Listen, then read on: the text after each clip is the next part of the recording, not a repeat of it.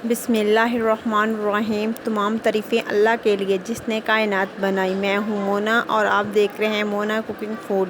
आज हम बीफ कढ़ाई बना रहे हैं जिसे आम सादा घर के मसालों में हम तैयार करेंगे और मिनटों में तैयार हो जाएगी। चलिए बनाना स्टार्ट करते हैं। सबसे पहले प्रेशर कुकर लेंगे, इसमें हम बीफ डाल देंगे। बीफ में 1.5 किलो ले रही हूँ, आप कम या ज़्यादा भी बना सकते हैं। 2 अदद प्याज कटिंग की हुई डाल देंगे। 20 अदद लहसुन के जवे डाल देंगे। 4 अदद टमाटर जिसको इस तरह स्लाइस में काट लिया वो डाल देंगे। अब स्पाइसेस डालेंगे। 1 टेबलस्पून सुरख मिर्च, 1 टेबलस्पून नमक, हाफ़ टी स्पून हल्दी डाल देंगे। अब 1 लीटर पानी इसके अंदर डाल देंगे और इसे चम्मच की मदद से अच्छे से मिक्स कर लेंगे। अब प्रेशर कुकर को हम चूल्हे पे रखेंगे। चूल्हे को ऑन कर देंगे। अब इसे उबाल आना शुरू हो चुका है। इसे चम्मच की मदद से अच्छे से करेंगे मिक्स और प्रेशर कुकर को बंद कर देंगे। जब भी आप प्रेशर कुकर में कोई चीज़ बनाएं उसे उस टाइम तक बंद मत किया करें जब तक कि उसे उबाल नहीं आ जाता। अब हम इसके ऊपर वेट रख देंगे और जब सीटी चलने लग जाएगी तो 15 मिनट इसको टाइम लगाएंगे हम।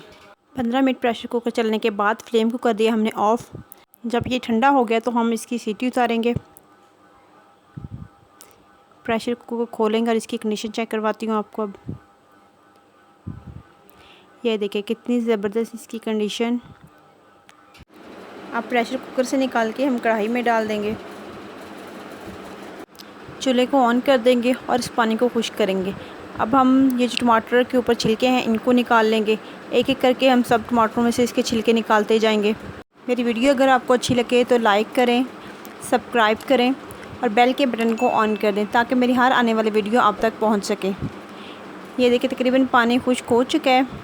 अब हम इसकी अच्छे से भुनाई करेंगे। 1 प्याली कुकिंग ऑयल के डालेंगे और इसे अच्छे से भुनेंगे। 1 टेबलस्पून हम धनिया पाउडर डालेंगे।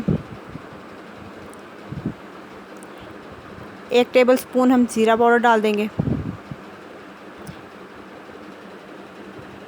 और इसे अच्छी तरह भुनेंगे। एक दफ़ा ज़रूर बनाइएगा ये रेसिपी और मुझे बताइएगा कि आप लोगों को ये रेसिपी कैसी बनी। 6 अदद सब्ज़ मिर्च कटिंग की हुई डाल देंगे। प्याली को हमेशा अच्छे से साफ़ कर लिया करें। अब 1 इंच का टुकड़ा अदरक का चॉप किया हुआ डाल देंगे।